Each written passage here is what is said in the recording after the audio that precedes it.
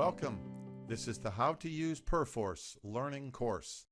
In this 7-part series, we will cover the installation of the P4 client, connecting to Ariba, and creating workspaces, along with basic operation and navigating through the console. Branching is a method of managing changes between two or more sets of related files. Merging and integration is moving code from one build to another, while P4 tracks all changes and maintains history. This is the advantage over copying. Rollback is reverting back to a previous version. Shelving is temporary shared storing, and change lists are where files are opened and version editing can occur. Advanced features includes working with P4 Eclipse plugin, shortcuts, and running command line. Perforce is a version control system for digital assets. A digital asset can be any form of data stored on a computer, including source code, text, graphics, sound, and video files. A version control system records deletions, additions, and edits to digital assets as separate file versions across the lifecycle of a project or application. Version control can be used by anyone who needs to manage the lifecycle of data they are working with. Perforce uses a client-server architecture. In a client-server architecture, the server and client components are typically installed on separate machines, accessible across a network. The Perforce server host machine listens for commands from Perforce clients on a dedicated port. A Perforce client connects with the server using the server machine's host name and the dedicated port number. Work that is highly computational and resource-intensive is typically done at the server. The server component might also serve as a central repository and management point for the application data and metadata, and coordinate activities and service requests from multiple client instances, such as reporting, data maintenance, and indexing. The application components transmit data and service requests between the client and server on an as-needed basis. Step-by-step installation instructions can be found on the Platform Bootcamp Wiki laptop setup page. Scroll down to the Perforce installation section and click the Perforce download link. From the Perforce download page, scroll to the Desktop and Web Apps section. Select your operating system and version, skip the registration, and download the application. If you are comfortable with a command line interface, download the command line client. Double-click your downloaded installation files to install.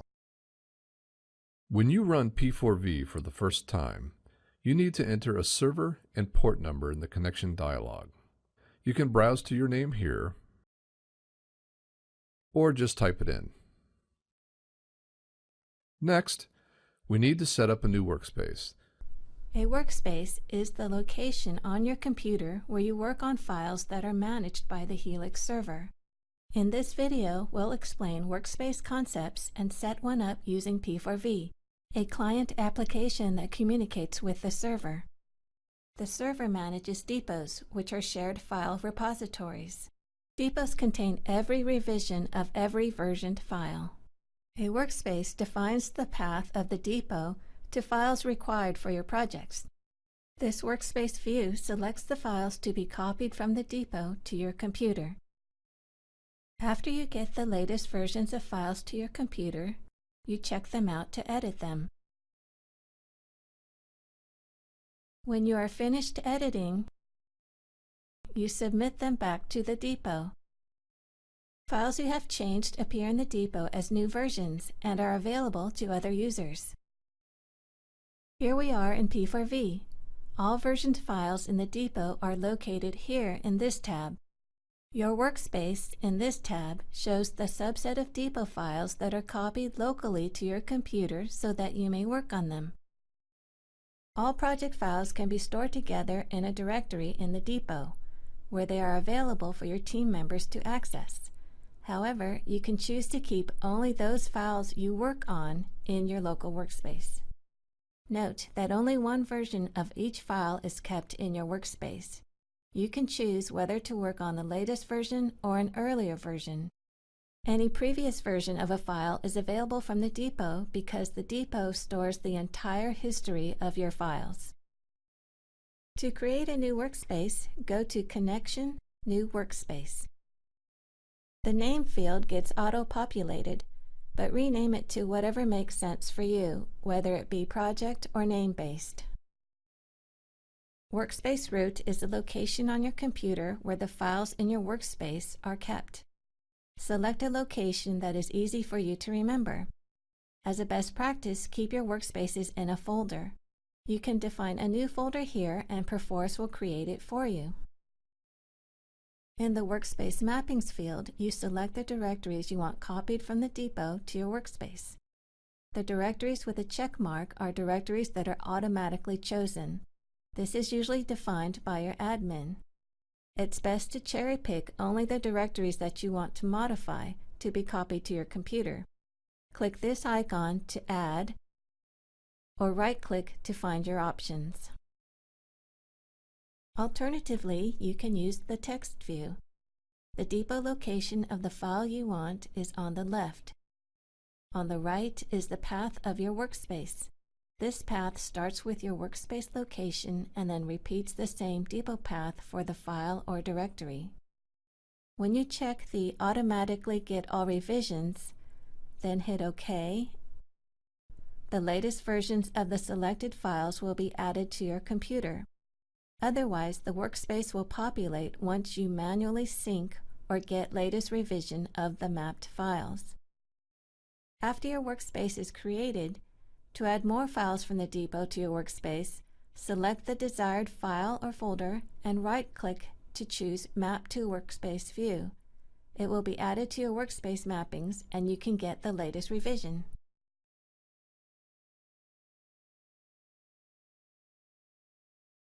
If you are no longer working on a project, you can remove those files or folders from your workspace. Under Connection, choose Edit Current Workspace. Delete the paths. Hit OK and you will be prompted to update. This action removes the files from your computer, but they will remain in the depot. You are not limited to one workspace. You can have a workspace set up for each of your projects or have one overall workspace where you sync your files as needed. You can create an alias or shortcut of your workspace directory and place it on your desktop for quick access. Place new files and folders you want to version into your workspace folder, so they then can be added to the depot from within P4V. The next time you log into Perforce, you will see the Open Connection dialog. It will be pre-populated with the login information from your previous session.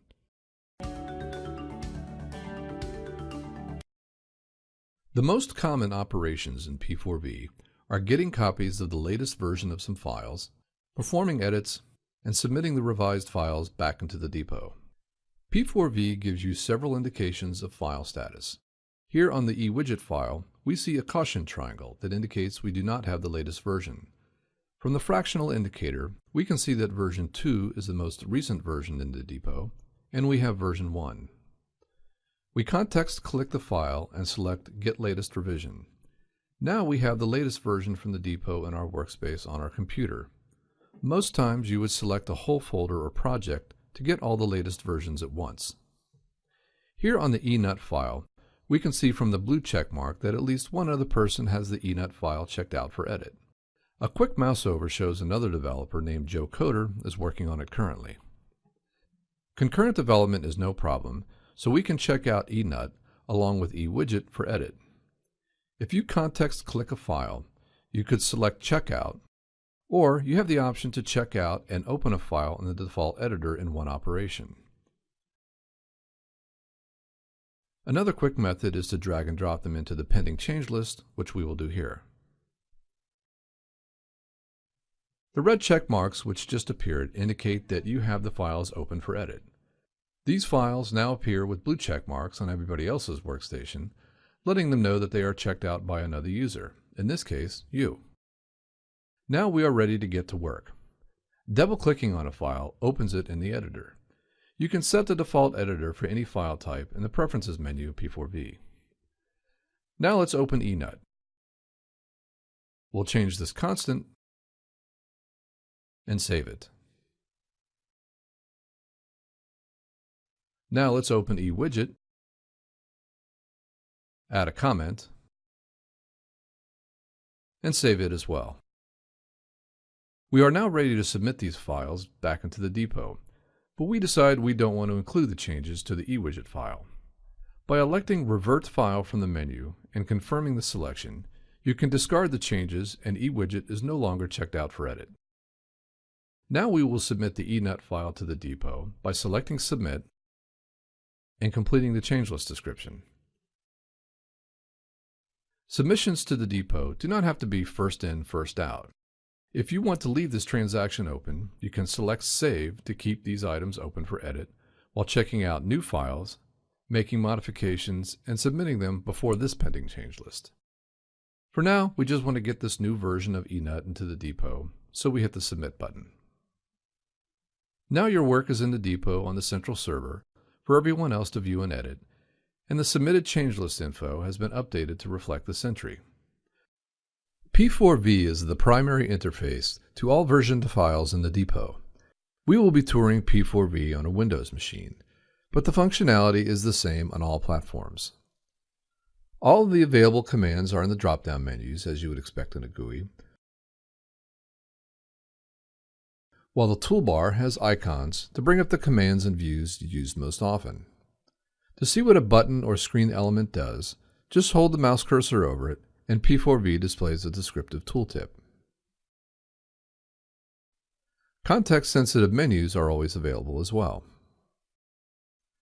P4V offers a unified interface for all versioning operations. The main window is comprised of 3 sections. The left pane displays all versioned files. The Depot tab displays files that are contained on the server, while the Workspace tab displays files from the server that are available on your local computer. Additionally, version files may have status indicators. The yellow triangle indicates you do not have the latest version of a file. The blue check mark indicates the file is checked out by another user, and you can see who it is by mousing over it.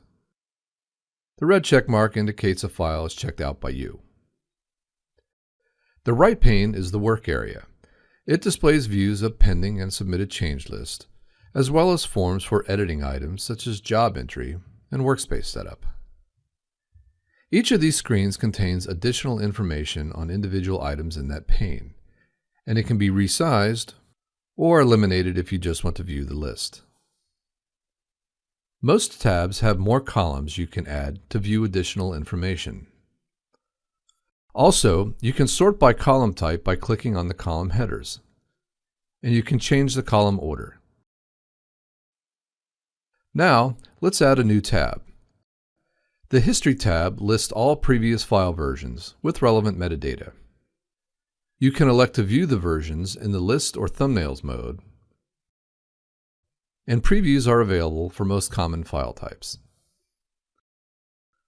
The log pane on the bottom here displays the commands that P4V issues, as well as any relevant messages from the server. It's also useful for creating scripts, since all the proper command line instructions appear here as you do your work in P4V. You can copy and paste these commands into your script, and away you go. Next to the log pane is the dashboard. From here, you can get a quick look at the status of some common events and shortcuts to frequently performed tasks. You can configure which info is displayed in the dashboard. The P4V interface is customizable. All of the tab screens can be reordered, or they can be undocked from the main screen if you want a separate view of a specific window. You can also close out a tab that you're not using. If you prefer some extra real estate, you can close the toolbar by right-clicking and deselecting Toolbar. And you can also eliminate the log pane. Lastly, there are several P4V preferences available to configure items such as double-click behavior, shortcuts, font size, and other features to suit your workflow.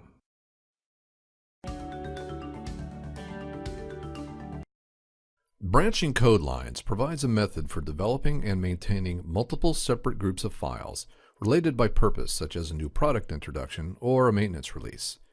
Here, we will use P4V to visualize a branching structure, move code between the branches, and quickly create a branch while preserving the relationships and version history of all the files. If we take a look at the revision graph for eNut, we can visualize the branching structure of this project, specifically for this file.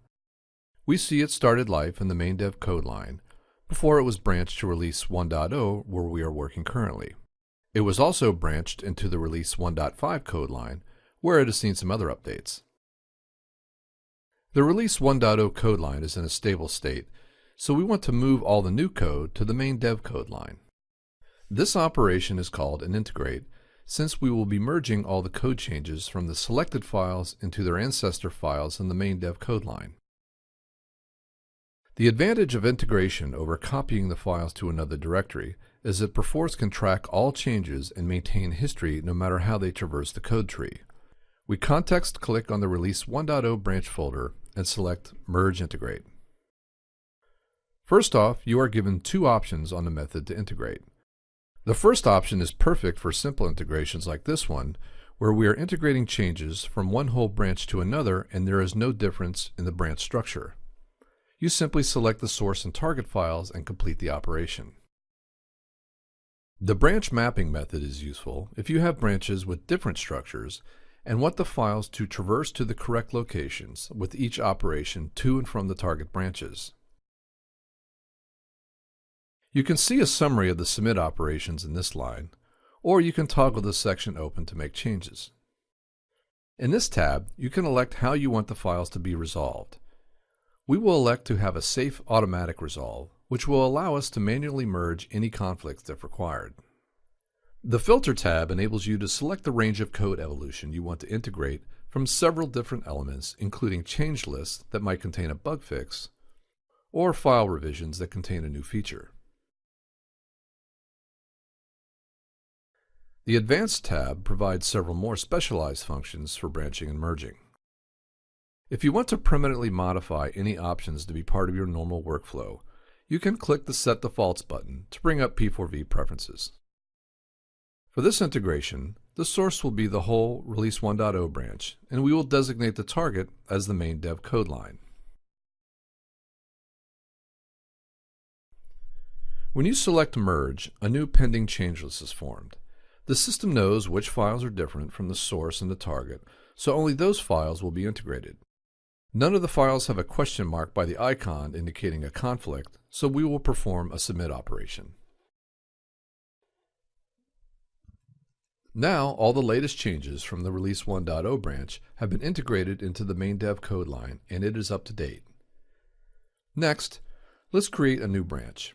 We select the top level of the main dev code line, and the Merge Integrate command from the context menu again. We now have the same dialog box used for the integrate operation when we were moving code from Release 1.0 back to main dev. This time the target is going to be a brand new branch, Release 2.0. When you select Merge, a new pending change list is created, showing the addition of all the main dev files into the new Release 2.0 branch. We complete the Submit dialog,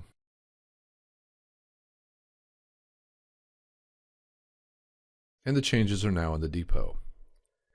Now, an exact copy of the main dev code line can be seen in the Release 2.0 branch. The version numbers all restart at 1 since they're relative to the branch that they're in. When Perforce creates a branch, it doesn't actually generate another whole set of files on the server. It performs a virtual copy, whereby a set of pointers is created to the most recent versions. No new files are created until there is a modification. With this method, you can branch quickly while conserving disk space and bandwidth. A quick trip back to the revision graph tool shows the last few operations.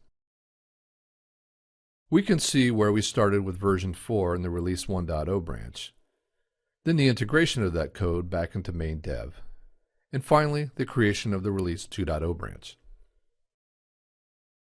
When you roll back a file or code line, you essentially revert the file or files in a code line to a previous point in time by copying the specified file revision back to the head of the code line without regard for any modifications that have taken place since the chosen revision. As you can see from the graphic, when rolling back to the revision submitted in change list 644, the changes submitted in change lists 645 and 646 are no longer part of the file at the head of the code line. You can roll back to a point in time based on revision number, changelist number, date, or label.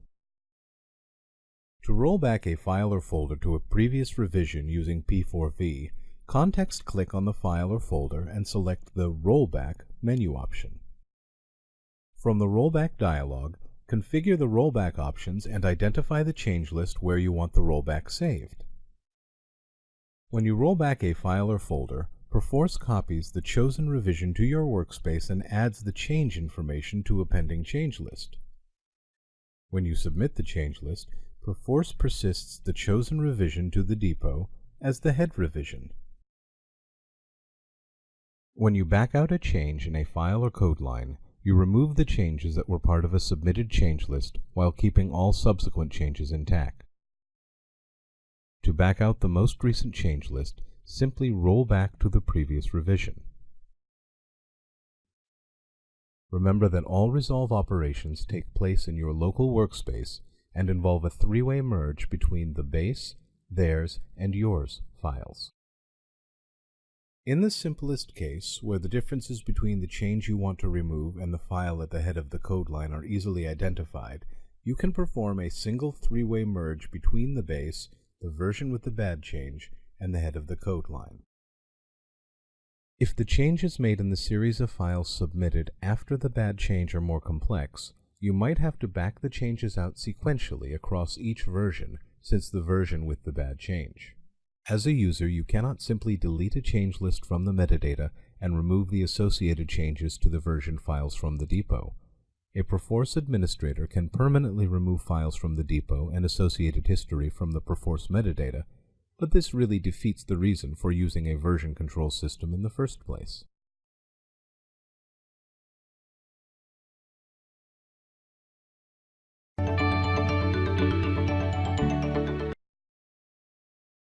To modify a file, you must check it out. When you check out a file, Perforce adds information about the file to a change list and changes the writable attribute of the file in your local workspace from read-only to read-write.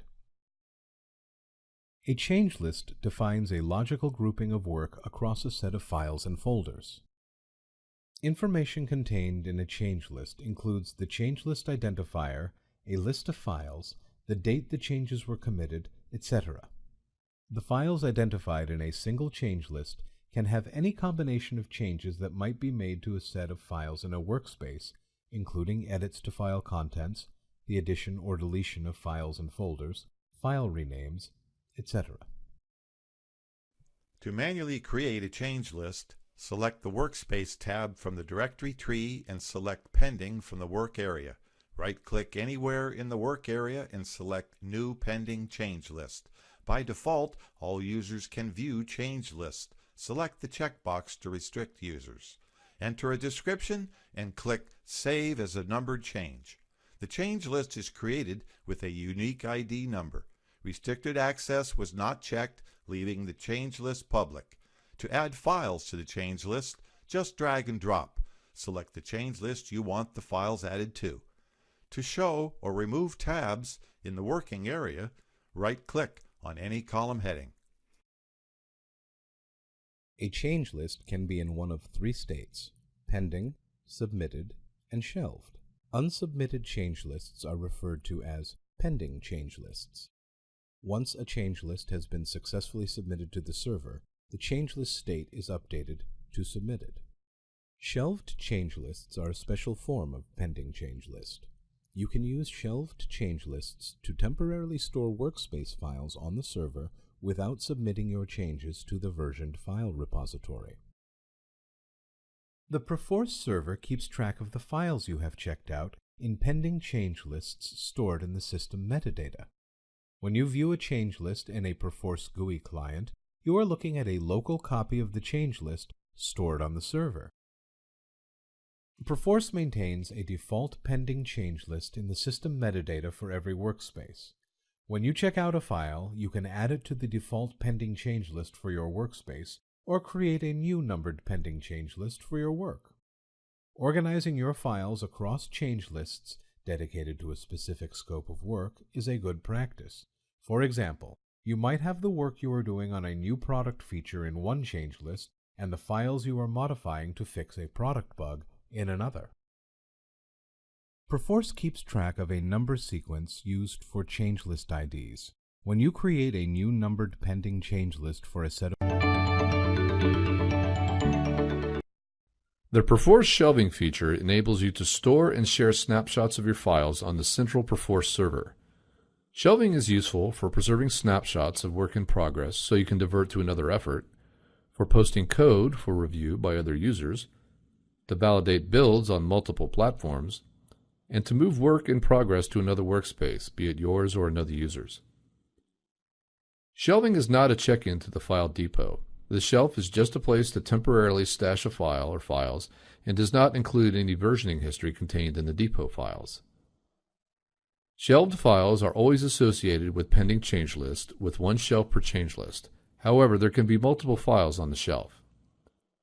Let's see how the file movement looks in the system. When you sync a file or group of files, you are copying a version, typically the latest, from the file depot in the Perforce server to the client workspace on your local machine. When the file is checked out, you are enabling changes to the copy in your workspace. After the file is edited, it is saved back into the workspace. At this point, it still resides on your local storage and not on the Perforce server. You can use shelving to maintain differing sets of changes to the same file or group of files by shelving to separate pending change list. For example, you can take a snapshot of a work in progress and shelve it in change list 21, while making some different edits that represent a new approach to a bug fix and shelving that in change list 22, and providing a third set of edits that enables build engineers to compile on an alternate platform in yet another change list. Shelved files are also visible to other users, and they can unshelve a copy to their own local workspace storage. Additionally, as the person who originally created and shelved the files, you can unshelve a selected snapshot back into your own workspace. When the files are ready for submission into the depot, the shelved file from the change list to be submitted will be deleted, and the new version will be stored in the depot during the submit operation. Let's see how shelving operations look in the Perforce Visual Client. Here we are in the middle of some edits of two files in our default change list. We receive an urgent request for a bug fix to one of the files currently open for edit, so we decide to shelve those files to preserve our changes without checking them in. We context-click the change list and choose Shelve, and P4V displays the shelve dialog. There is one shelf per numbered change list and no shelf for the default change list. Because we are shelving the files from the default change list, P4V prompts us to enter a description for the new pending change list where the files will be shelved. This description can be modified before submission into the depot, so we'll just insert some placeholder text. Now we see the new change list with two shelved versions under the shelved file icon here. We can now fix the bug knowing that a snapshot of our current work is safely stored on the server. Let's say we want to make a minor change to the eNet file before getting to work on that bug. We can reopen the file in the new change list, make a quick change, and save it. Now we shelve the new version. Since it's already shelved in a numbered change list, we don't need to create a new one. We can simply replace the currently shelved version with our changed version. Select the file and context-click Shelve. This will overwrite the previously shelved version. Now we can start fixing the problem with the original file that contained the bug. Let's move eNet back to the pending change list and open it again. We make a change to the current state declaration and save it. We want another engineer to review our change before we check it in, so we context-click and choose Shelve. Since this is coming from the default change list again, we need to enter a change list description.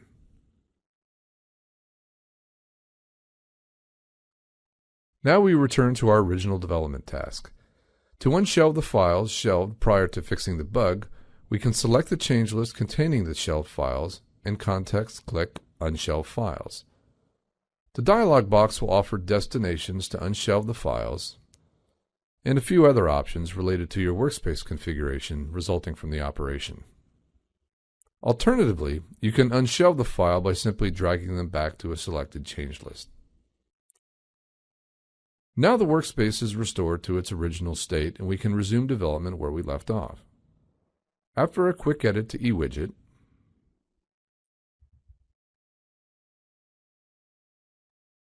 we save the file and choose Submit to check in the work to the depot. A warning dialog states all shelved files in the change list must be deleted or moved before we can submit. We no longer need the shelved files, so we select Yes to delete them when the change list is submitted. Now the Submit dialog appears with the change list description in place since it was completed previously. After a small mod, we click the Submit button. These changes are now in the depot as new versions. When other users shelve their files, we can unshelve copies for use in our workspace. For example, let's say Joe Coder told us about some code in his new dual widgets file that is relevant to our project. It's a prototype and not checked into the code line in the depot, but he did shelve it. We select the pending changelist pane and browse to his workspaces. Next, we open the change list, which contains the shelved file, and take a quick look at the code. We decide we need the framework he created to use in a new feature set we have coming up, so we unshelve the file to our workspace and include it in our pending change list for future modification. As you can see, shelving enables many new dimensions in your workflow. A series of triggers are also available for use with automating shelving operations, including shelve commit, shelve submit, and shelve delete. This concludes our overview of the shelving feature.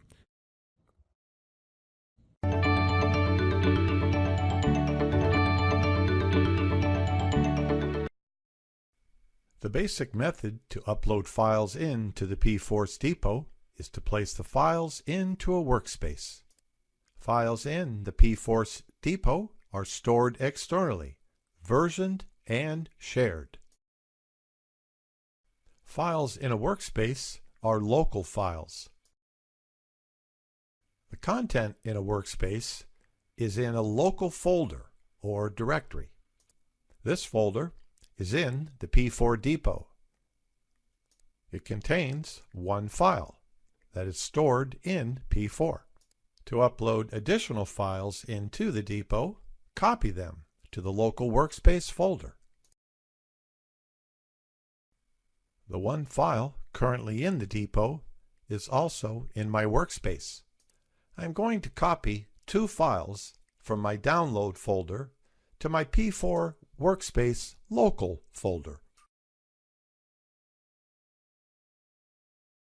Clicking refresh updates all local workspace content with the P4 workspace. In this video, we'll look at how to use Perforce Streams in P4 Sandbox and Eclipse with the P4 Eclipse plugin. Using Streams or P4 Sandbox requires a 2012.1 version of P4 Eclipse. Let's get started. I have a project in Eclipse already configured, connected to a workspace on the Dev 2.3 stream of a project called Jam. Let's look at the stream list to get oriented.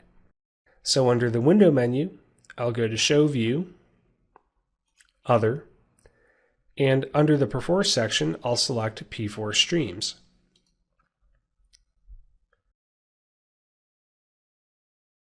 This opens up the P4 Streams tab. Once I select a connected stream project, it by default shows me all the streams in this server. I'm going to right-click on this tab and select Attached so I can make the view a little bigger. Let's narrow the list down to only the streams for the Jam project. Right now I'm seeing the streams in a tree view based on their parent-child relationship. I can also view a flat list. Now let's switch to look at the stream graph. Launching the stream graph does require having P4V installed as well. The stream graph shows me the overall branching and release management process for my project. I can see that I have a main stream, 3 release streams, and of course the Dev 2.3 stream that I'm working in now. I can also see on the stream graph that there's a merge pending from main into my Dev 2.3 stream. Notice that the merge arrow is lit up and turned green. So let's go ahead and take care of that. I'm going to close the stream graph, and I'll dock the P4 Streams tab back in the main Eclipse window. In Eclipse, I'm going to switch over to the Perforce perspective, and under the connection to my Bruno Dev 23 workspace, I'm going to locate my Dev 2.3 stream, right-click, and select Merge to Stream. In the Merge to Stream dialog, the target is my Dev 2.3 stream, and under Source, I'm going to select Main. I'll accept the rest of the options and then click Merge. Now in my pending change list view, I can see that I have one file open for merge that has to be resolved. So I'm going to right-click on this file and choose Resolve. In the Resolve dialog, I'm going to choose to resolve this file using P4 Merge, Perforce's cross-platform diff and merge utility. So I'll right-click on Resolve Selected File. This opens up the file in P4 Merge, Perforce's cross-platform diff and merge utility. I now have the file open in P4 Merge in 3-way merge mode, and I can carefully review all of the changes, paying special attention to any conflicts. It turns out that this was a trivial merge, so I'm just going to click Save to accept the automatic merge output, close P4 Merge, and choose to accept the merged output file. Next I'll click Finish, and now I'm ready to submit. I just have to type in a change list description.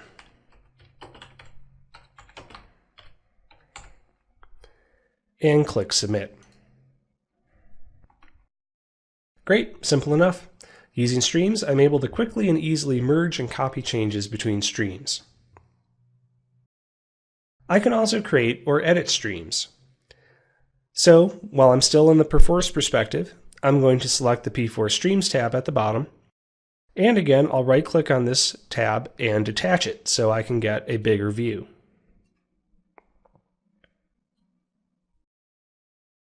To edit a stream, I can just double-click on it. That opens up the Edit Stream dialog, where I can review and adjust stream settings, like the flow of change settings, and some of the other advanced stream options. To create a new stream, I can just right-click on an existing stream and choose Create New Stream From.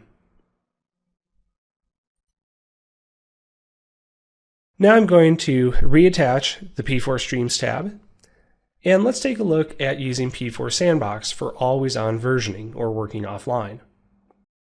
I'm going to configure a new P4 Sandbox instance, connect it to the Dev 2.3 stream on the main server, and set up a new Eclipse project to work in P4 Sandbox.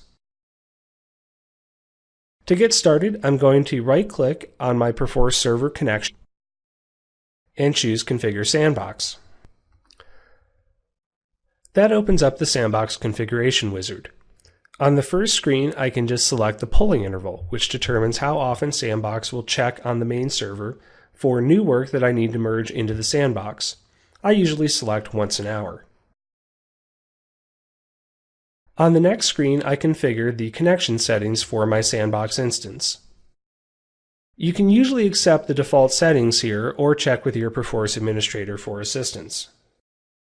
In this case, I'm just going to pick a port and directory that I know are not being used by any other sandboxes.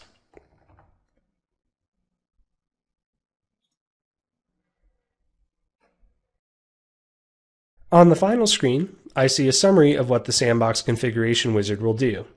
It's going to copy 396 files from the main server into my new P4 Sandbox. So I'll go ahead and click Finish.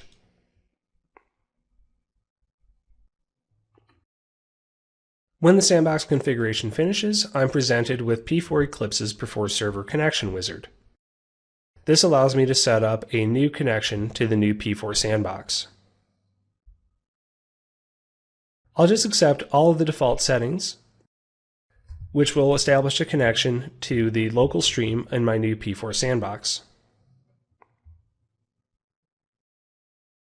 On this screen, I'm going to untick the box to import existing folders as Eclipse projects, and then I'll click Finish.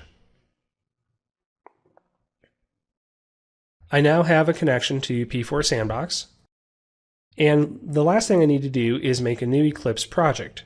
So I'll expand the connection to the new P4 Sandbox, and in its list of streams, I see the mirror stream, which is the connection point to the main server, and the stream called Local, which is my first private branch. I'm going to right-click on Local and select Import as Project with Name. I'm going to call it Local-Sandbox and click OK. Now if I switch back to the Java perspective in Eclipse, and I'll close my Jam23 view, I see a new project called Local-Sandbox. That's the project I just made. It's connected to the local stream of my new P4 Sandbox instance. Now click on the Local-Sandbox project. Down in the Streams tab, I can see my two streams, Local and Mirror. And I can always open up the stream graph to get a visual picture of what's going on in my project.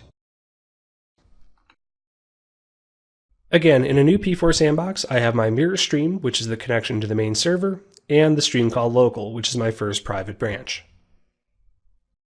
That wraps up our look at using streams in P4 Sandbox in Eclipse. The log window. This displays all events and commands issued by the P4 client. To view the log window, select from the View menu. You can copy a command from the log window, paste into your terminal window, edit if necessary, and run the command. Command line entries are not recorded in the P4 client window.